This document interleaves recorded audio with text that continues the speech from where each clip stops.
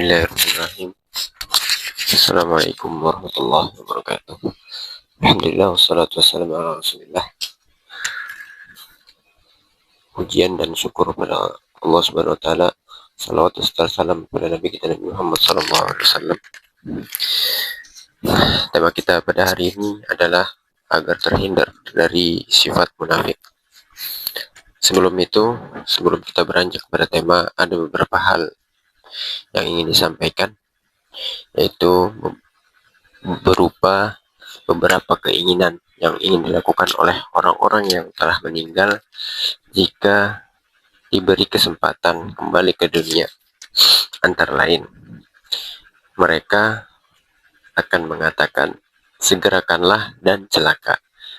Ini sesuai sebagaimana yang disabdakan Nabi di dalam hadisnya yang diriwayatkan oleh Bukhari dari hadis Abi Sa'id Al-Khudri radhiyallahu anhu.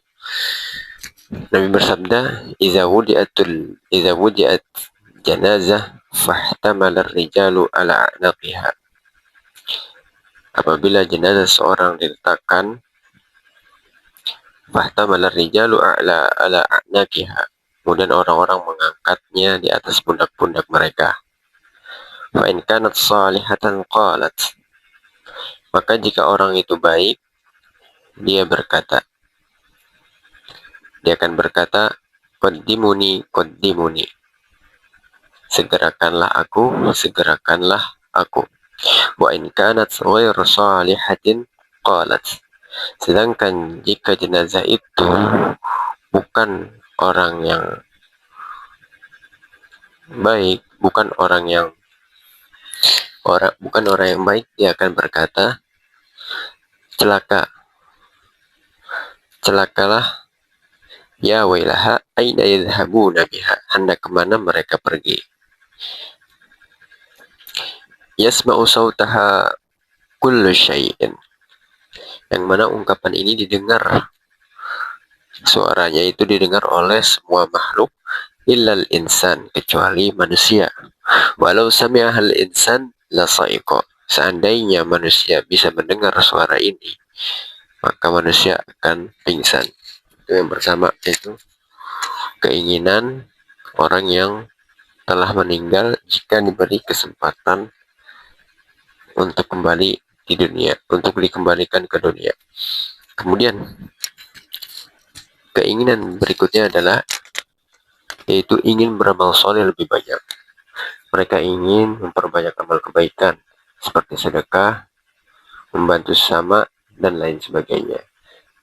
Hal ini selaras bagaimana firman Allah pada surat Al-Munafiqun ayat 10, "Fa'anfiqu mimma razaqnakum min qabli an ya'tiya ahadakumul maut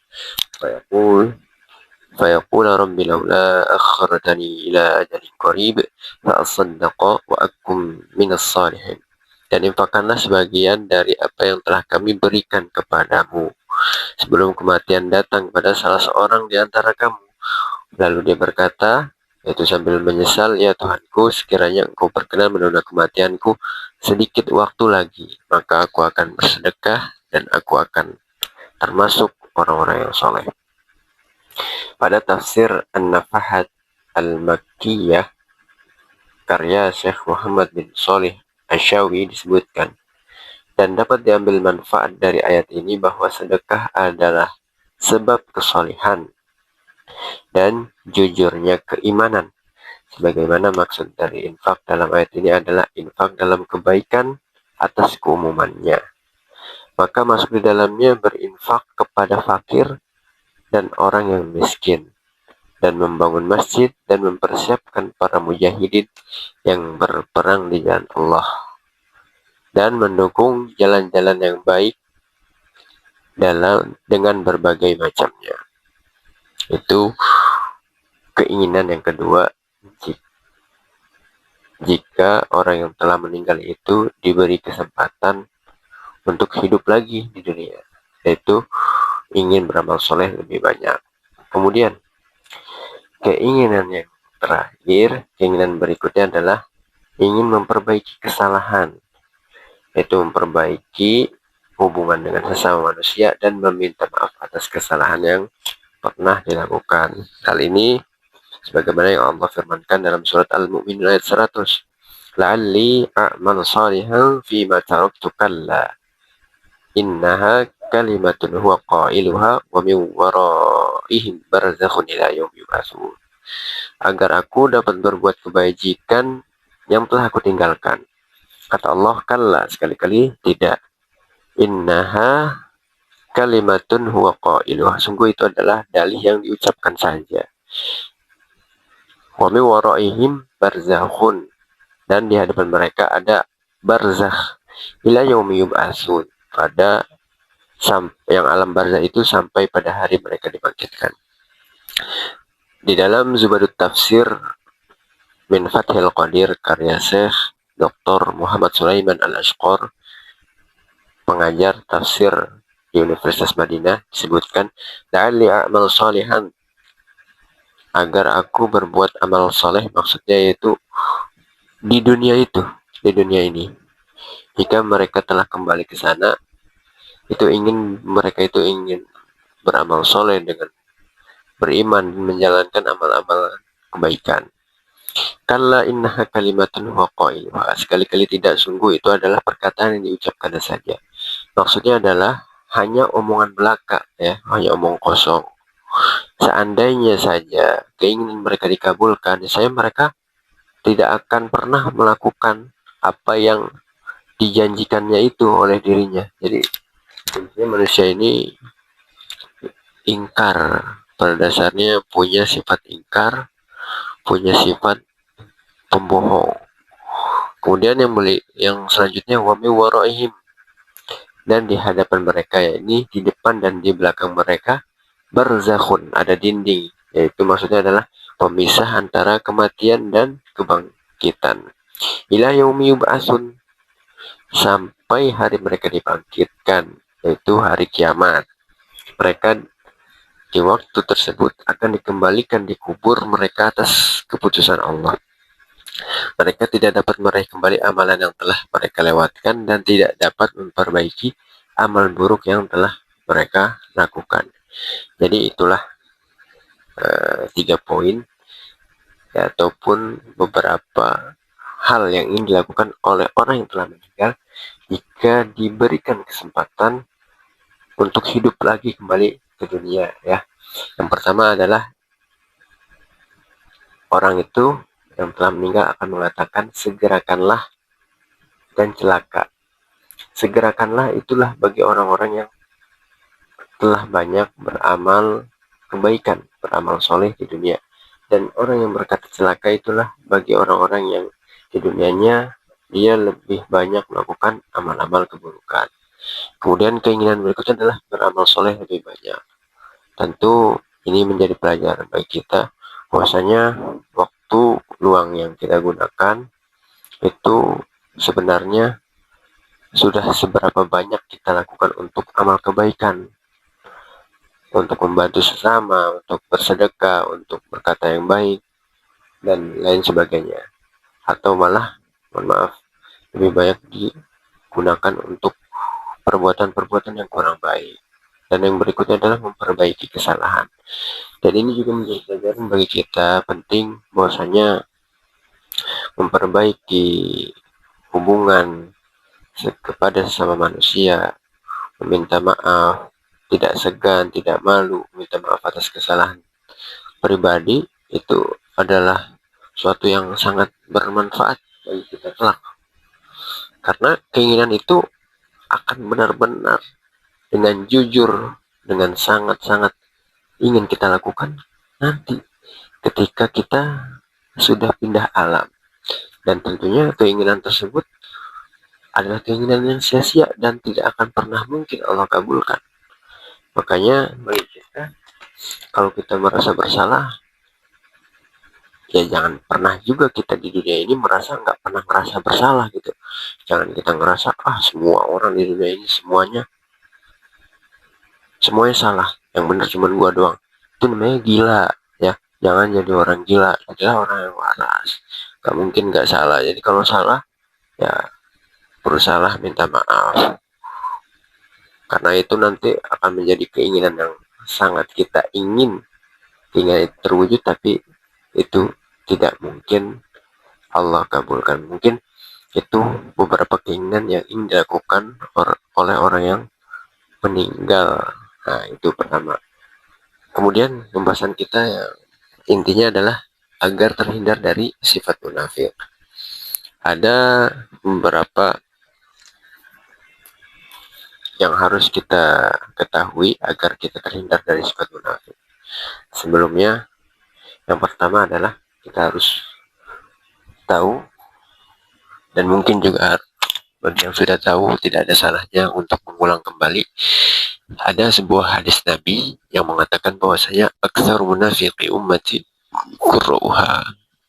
Kebanyakan orang-orang munafik pada kalangan umatku adalah qurra'uha, yaitu para pembaca Al-Qur'annya. Qala al-Munawi fi Faidil Qadir fi syarh hadzal hadis, fi syarhil hadzal hadis, mana Al-Munawi berkata dalam kitab Faidul Qadir saat menjelaskan hadis ini, yaitu hadis aksar munafik ummati qurra'uha, itu pada hadis kebanyakan orang munafik dari umatku adalah qari'nya, yaitu para pembaca atau ahli Al-Quran, yang mana maksudnya adalah mereka yang menakwilkan atau menafsirkan Al-Quran tidak pada tempatnya dan meletakkannya bukan pada posisi yang semestinya, atau mereka yang menghafal Al-Quran hanya sebagai bentuk kehati-hatian agar tidak dituduh sebagai orang munafik atau kafir. Padahal keyakinan yang seperti ini bertentangan dengan isi Al-Quran. Demikianlah sifat para munafik yang ada pada zaman Nabi SAW, sebagaimana yang disebutkan oleh Ibnu Al-Athir. Dan sebenarnya keadaan ini juga tidak jauh berbeda dengan keadaan kita yang sekarang ini. Banyak para penghafal yang disorientasi, yang mana mereka menghafal bukan karena ketulusan sejati, bukan karena memang benar-benar tulus niatnya untuk beribadah, tapi ada niat-niatan lain yang mungkin untuk tujuan dunia. Itu adalah bonus sebenarnya tujuan dunia. Sebenarnya tujuan yang paling kuat adalah hanya untuk mengharapkan ridho Allah. Jadi nanti terbukti ketika menjalani proses menghafal Quran, itu kelihatan keseriusannya. Bahkan orang yang serius betul-betul ingin menghafal Quran, ketika diberikan jadwal justru malah merasa ini jadwal terlalu sedikit. Bahkan yaitu mereka ingin jadwal itu lebih, bahkan seolah-olah ingin 24 jam seharian penuh itu bersama Al-Quran. Itu kalau yang memang betul-betul dia niatnya itu karena Allah Subhanahu wa taala. Az-Zama Khashari berkata, yang dimaksud dengan nifaq atau kemunafikan di sini adalah riya atau pamer, karena keduanya sama-sama menampakkan sesuatu yang berbeda dari apa yang disembunyikan dalam hati. Dan sebagian ulama memperluas penjelasannya dengan mengatakan maksudnya adalah kemunafikan dalam amal, bukan dalam keyakinan atau i'tiqad. Karena orang munafik menampakkan keimanan pada Allah agar darah dan hartanya tidak halal, yaitu maksudnya diperlakukan sebagaimana orang yang beriman, tetapi dalam hati ia menyembunyikan kekafiran. Sementara orang yang riya menampakkan bahwa dirinya beramal untuk akhirat, tapi dalam hatinya ia menginginkan pujian, menginginkan sanjungan manusia dan keuntungan duniawi. Al-Qari'u azharu annahu yuridullahu wahdah. Dari si qari membaca Al-Quran itu menampakkan bahwa ia menginginkan hanya Allah semata.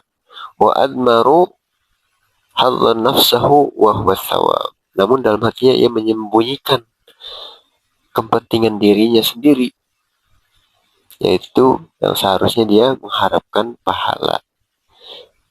Bahkan ia memandang dirinya layak untuk mendapatkannya dan memandang amalnya dengan pandangan pengagungan. Maka Ia menyerupai orang munafik karena keduanya sama-sama menyelisih keadaan batin dalam hati. Ada sebuah perkataan yang seritme dengan perkataan ini, yaitu memandang amalannya dengan pandangan keagungan. Sebelumnya pernah disebutkan oleh Ali radhiyallahu anhu, "Man zanna annahu biduni jahdi fahuwa yasilu fahuwa mutamannin." Jadi barang siapa yang mengira bahwasanya tanpa kesungguhan ia akan sampai, sungguh orang itu adalah hanya berangan-angan saja. Wa man zanna annahu bi badlil jahdi yasilu fahuwa muta'anna. Jadi barang siapa yang mengira dia itu dengan kesungguhan, dengan jerih payahnya akan sampai, sungguh orang itu adalah orang yang berlebihan. Jadi artinya apa? Apa yang kita inginkan di sana itu dibutuhkan kesungguhan untuk memperolehnya. Tapi kita juga tidak serta-merta hanya berpegang teguh kepada kesungguhan dan upaya keras kita untuk mencapai tujuan tersebut. Kita juga harus menyertakan Allah di sana. Jadi di sana kita berharap, dan bahkan sebelum kita melakukan atau untuk menggapai tujuan kita pasrahkan pada Allah Subhanahu wa taala untuk hasilnya. Karena kalau tidak, kita akan seperti orang yang hanya menganggap segala sesuatu tujuan kita itu hanya bisa diperoleh dengan kerja keras dan kesungguhan. Itu adalah sesuatu yang berlebihan, karena tidak mungkin manusia itu bisa mencapai apa yang mereka tuju tanpa adanya pertolongan dari Allah Subhanahu wa taala. Wa qala Hasan rahimahullah, Hasan semoga Allah merahmatinya pernah berkata, "Talabul jannati bila amalin zanbun minadz dzunub." Jadi pencarian kita, keinginan kita, permintaan kita terhadap surga ya Allah Subhanahu wa taala tapi tanpa amal, itu adalah sebuah dosa dari sekian banyak dosa yang ada. Jadi aneh gitu. Bahkan kalau misalnya ada orang yang beranggapan bahwasanya surga itu tidak dimasuki dengan amalan-amalan seseorang, tetapi dimasuki dengan rahmatnya Allah, itu keliru besar. Tapi dia tidak melakukan amal soleh, bahkan yang dilakukan adalah amal-amal yang salah. Itu kekeliruan yang sangat menyesatkan. Justru untuk mendapatkan ridho Allah, maka kita akan berusaha seupaya mungkin dengan melakukan amal-amal soleh, dengan melakukan segala-gala macam perintah yang Allah perintahkan. Maka di sini disebutkan talabul jannati bila amalin zanbun minadz dzunub. Kita mencari surga atau meminta surga tanpa amal, tanpa di sana ada amal yang kita upayakan, itu adalah bagian dari dosa dari sekian banyaknya dosa. Allah juga pernah berfirman, "Wa qul i'malu fa sayarallahu amalakum wa rasuluhu wa saturadduna ila 'alimil ghaib wasyahadah." Dan beramallah, maka Allah akan melihat amal-amalan kalian dan juga para rasulnya, dan amalan-amalan itu akan Allah naikkan ke alimul ghaib wasyahadah, kepada alam gaib dan alam nyata. Waqala al-alim, seorang alim pernah berkata, "Al-haqiqatu tarku mulahadhatil amal, la tarkul amal." Jadi hakikat ataupun kebenaran yang sejati itu adalah kita itu meninggalkan melihat amal dengan keadaan kagum. Jadi tidak merasa bangga, tidak merasa telah banyak berbuat, tidak. Bukan itu. Tapi intinya adalah la tarkul amal. tidak meninggalkan amalan yang sudah biasa kita lakukan, tapi juga dengan tidak melihat dengan bangga apa yang telah kita perbuat. Maka Rasulullah SAW, al-kayyisu man dana nafsahu. Orang yang cerdas itu adalah yang mana dia bisa menundukkan hawa nafsunya. Wa amila lima ba'dal maut. Kemudian dia beramal untuk kehidupannya setelah mati nanti. Wal ahmaqu, dan orang yang bodoh adalah man ittaba nafsahu, yang mana dia mengikuti hawa nafsunya. Man ittaba nafsahu hawa, yang mengikuti hawa nafsunya. Wa tamanna 'ala Allah, dan berangan-angan pada Allah Subhanahu wa ta'ala.